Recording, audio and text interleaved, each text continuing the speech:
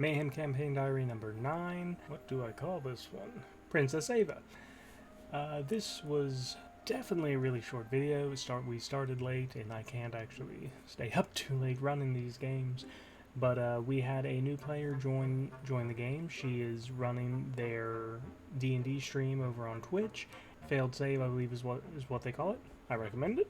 And as the GM, she also wanted an opportunity to get to play, and she had been sitting in on some of our sessions, and she was enjoying them and wanted to take part, so I invited her in, because I've kind of accepted this as more of a beer and pretzels type of game anyway, so I didn't mind.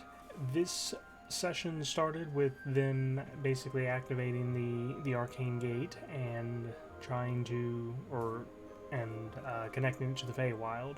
The first being to be allowed to go through it was the Barrow Hound. He licked Suri and then passed through it. Suri was very sad to see him go, but it all seemed to work. And it was shortly after that Suri is holding, what did I say his name was? Liganshai or something, I don't know, I can't remember. I just remember it sounded like Fluttershy apparently. But she sent him through the gate as well, and before she could pull her hands back, someone reached through and grabbed her, and as she backed away, she pulled them out, and that is how I introduced our newest player, Ava. She is a Aasimar warlock, a variant Aasimar, so she's not one of the typical ones. A brief melee ensued in which Suri was trying to get out of her grasp. Tristan grappled her as well, and then even Gideon tried to help by casting Sleep, but he didn't quite understand how the spell worked. That is a burst effect, not targeted, so he ended up putting Suri to sleep instead of Ava. When everything finally calmed down, they started talking to her. They learned that she called herself Princess Ava, and that she had been in the Feywild. She kept motioning to her shoulders and talking to her friends. I don't think they haven't really asked who that is. They're just kind of accepting that she's talking to people that aren't there, so they're pretty sure she's crazy. Tristan seems to like her though he keeps telling her that there's only room for one crazy person in the party. While they're all deciding what to really think of Ava, Tristan manages to roll underneath everyone's passive perception checks so that they all notice him tying a rope around himself. And when they ask what he's doing, he just shouts, "Geronimo!" and runs towards the portal to jump in. Gideon tries to use Sleep again, does not succeed in rolling over his hit points, and I actually, as a joke, I just kind of said he put his own Tressum to sleep instead. Azrael grabs the rope that he was tied to, but there's enough slack for for Tristan to still be able to get into the portal.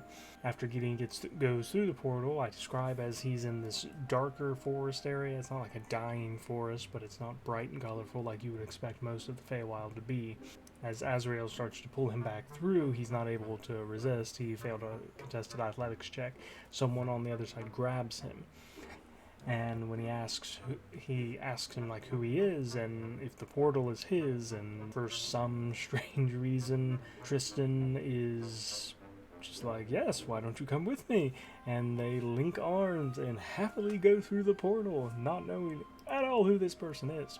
On the other side, this new figure introduces himself as Spinner, and through I believe the first step of things going wrong was Azrael tried to say that before they picked up any more worthless life forms.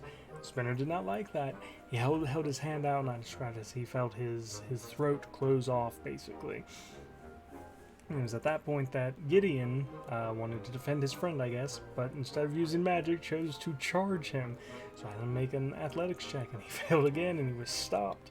And then Suri tries to say that, violence is not the answer, something like that. And then Spinner said that if violence isn't the answer, you just haven't tried enough of it. And he flings Gideon across the room, dealing damage to him. I can't quite remember what it was Gideon said later, but he basically kept talking smack the entire time that Spinner was around. The next instance of him doing that, though, Spinner teleported beside him.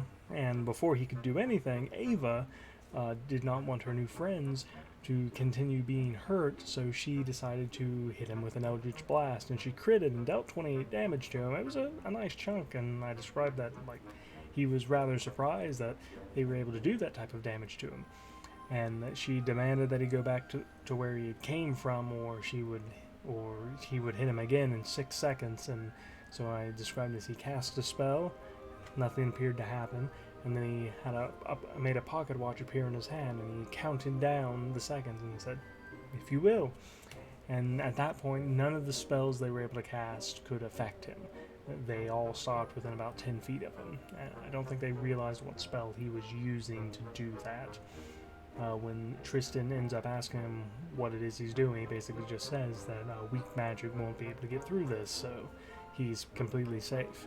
A lot of bickering and battering goes back and forth between them, till eventually they're able to, or Tristan's able to get him to agree to kind of reset the clock, because they've clearly gotten off on the wrong foot, and they will go upstairs and have some wine and talk. And that's basically all that happens in the remainder. A lot of talking. Tristan is trying to figure out who he is. He gives his full name as Sterling Spinner, and that they learn that he had been sealed in the Feywild, though he wasn't from the Feywild, and he was human once, but he doesn't even know if he still is anymore, and that's really all that they could learn from him.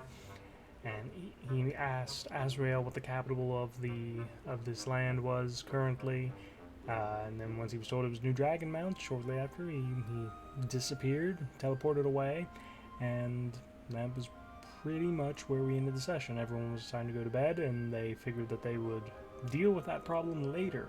Instead, they would go to Azrael's family and just finally finish this contract that they've been on forever. All in all, it was a fairly straightforward session. We started like an hour later than what we had intended to, so not as much got done. But it was a fun introduction for the new character, I think. I think she's going to be a lot of fun, especially everyone likes her and everyone really likes the character she's playing. I have no idea what that banging noise is, so I guess I'm going to go find that out. May all your 20s be natural, and you have a good night.